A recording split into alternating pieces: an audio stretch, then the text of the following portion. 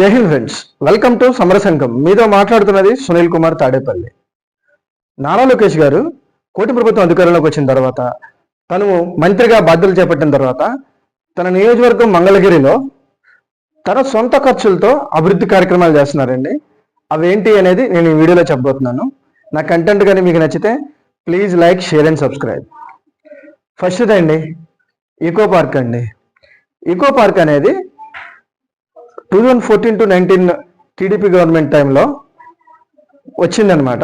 చంద్రబాబు నాయుడు గారు స్టార్ట్ చేశారు దాన్ని. కానీ 2019 to 24 మధ్యలో ఉన్నటువంటి జగన్మోహన్ రెడ్డి గారు దానికి జస్ట్ ఏదో చిన్న 2-3 మార్పులు చేసి దానికి ఒక ఎంట్రీ ఫీజు పెట్టేశారు. టూరిజం డెవలప్మెంట్ కార్యక్రమంలో భాగంగా ఎంట్రీ ఫీజు పెట్టిన తర్వాత ఏమైంది, అప్పటి వరకు వెళ్ళేటువంటి వాకర్స్ వీళ్ళందరూ ఎంట్రీ ఫీజు కట్టి లోపలికి వెళ్ళాల్సి వచ్చేది. దీన్ని నారా లోకేష్ గారి దృష్టికి తీసుకెళ్లారనమాట. నారా లోకేష్ గారు ఏం చేశారు, అటవీ శాఖతో మాట్లాడారు. అంటే ఈ ఎకో పార్క్ అనేది అటవీ శాఖ పరిధిలో ఉందన్నమాట. సో ఏం జరిగింది, ఈ పర్మిషన్స్ అన్ని రావడానికి టైం పట్టేటట్టు ఉంది. అందుకని చెప్పి in the mean while Nara Lokesh గారే 10 లక్షలు, సంవత్సరానికి 10 లక్షలు చొప్పున ఆ పార్క్కి పేమెంట్ చేశారండి. సో ఇప్పుడు ప్రజెంట్ ఎవరైతే వాకింగ్ వెళ్దామని చెప్పి అనుకుంటున్నారో వాళ్ళందరికీ ఫ్రీ అండి, ఎంట్రీ ఫీజు అనేది లేదనమాట. ఇది ఆయన తీసుకున్న చొరవ.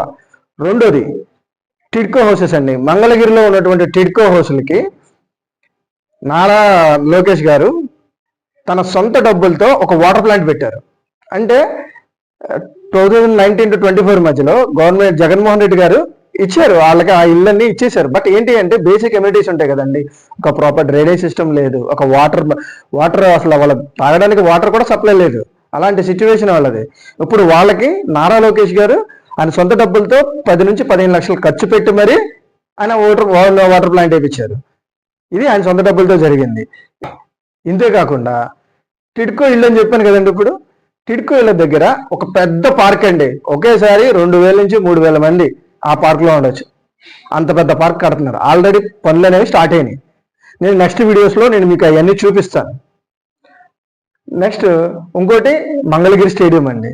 అసలు మంగళగిరి స్టేడియం అయితే జగన్మోహన్ రెడ్డి గారు పడుకోబెట్టేశారండి. దాన్ని ఎలా జరిగిందంటే చుట్టూతో పిచ్చి మొక్కలు, 50 ఎకరాలు అండి అది మొత్తం. అందులో 25 ఎకరాల్లో స్టేడియమే ఉంటుంది, ఇంకో 25 ఎకరాలు పార్కింగ్ అని చెప్పి ఇటుక వదిలేశారు. దాంట్లో మొత్తం అన్ని పిచ్చి మొక్కలు పెరిగినాయి. ఇప్పుడు ఈయన వచ్చిన తర్వాత చుట్టుపక్కలంతా ప్లాంటేషన్ జరుగుతుంది. ప్రెజెంట్ ప్లాంటేషన్ ఇవన్నీ జరుగుతున్నాయి. ఇంకోటి ఏంటి అంటే ఆ స్టేడియంకి వెళ్ళాలి అంటే ఫ్లైఓవర్ కావాలన్నమాట. ఇప్పుడు ఆ ఫ్లైఓవర్ పనులు కూడా స్టార్ట్ అయిపోయినాయి.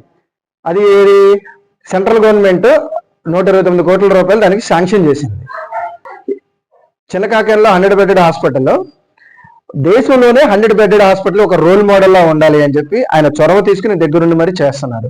అది ప్రస్తుతానికి ఒక గ్రౌండ్ వరకు ఉంటుందంట, ఓన్లీ గ్రౌండ్ లెవెల్ వరకు బిల్డింగ్ ఉంటుంది. బట్ ఫ్యూచర్లో G+3 వరకు కట్టుకునే విధంగా ఫ్యూచరిస్టిక్ ప్లాన్లో భాగంగా ఆ కన్స్ట్రక్షన్ అలా ఉండాలని చెప్పి ఆయన ఇన్స్ట్రక్షన్స్ చేశారనమాట. ఇంతేకాకుండా అది అల్ట్రా మోడర్న్ అండి.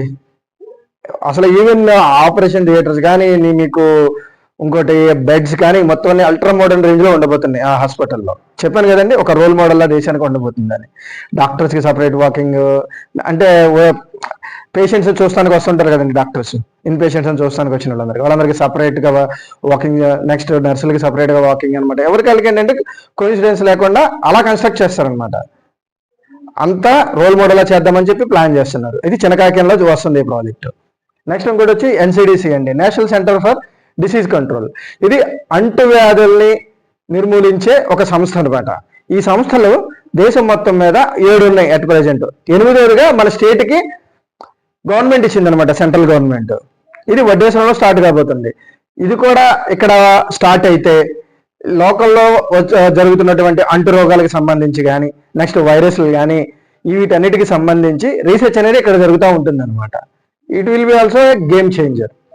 సో ఇన్ని డెవలప్మెంట్స్ అనేవి నారా లోకేష్ గారు చేస్తున్నారు. ఇవి కాకుండా మీనాక్షి సెజ్ అని చెప్పి ఒకటి, IT సెజ్ అని చెప్పి ఒకటి స్టార్ట్ కాబోతుంది. అది జనసేన పార్టీ ఆఫీస్ దగ్గరలోనే ఉంటుంది. అది కూడా మేబీ ఒక 1 yearలో స్టార్ట్ చేయొచ్చు అనుకుంటా. అది కానీ అయితే అక్కడి నుంచి సాఫ్ట్వేర్ కంపెనీ స్టార్ట్ అవుతాయి.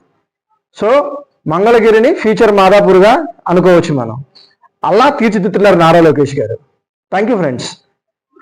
నేను అమరావతికి సంబంధించి ఇంకా మంగళగిరికి సంబంధించి కొత్తగా ఏమి రాబోతున్నాయి ఏంటి అనేది నా ఇంకా వీడియోలో చేయబోతా ఉంటాను నేను. నా కంటెంట్ కానీ మీకు నచ్చితే please like, share and subscribe. Thank you.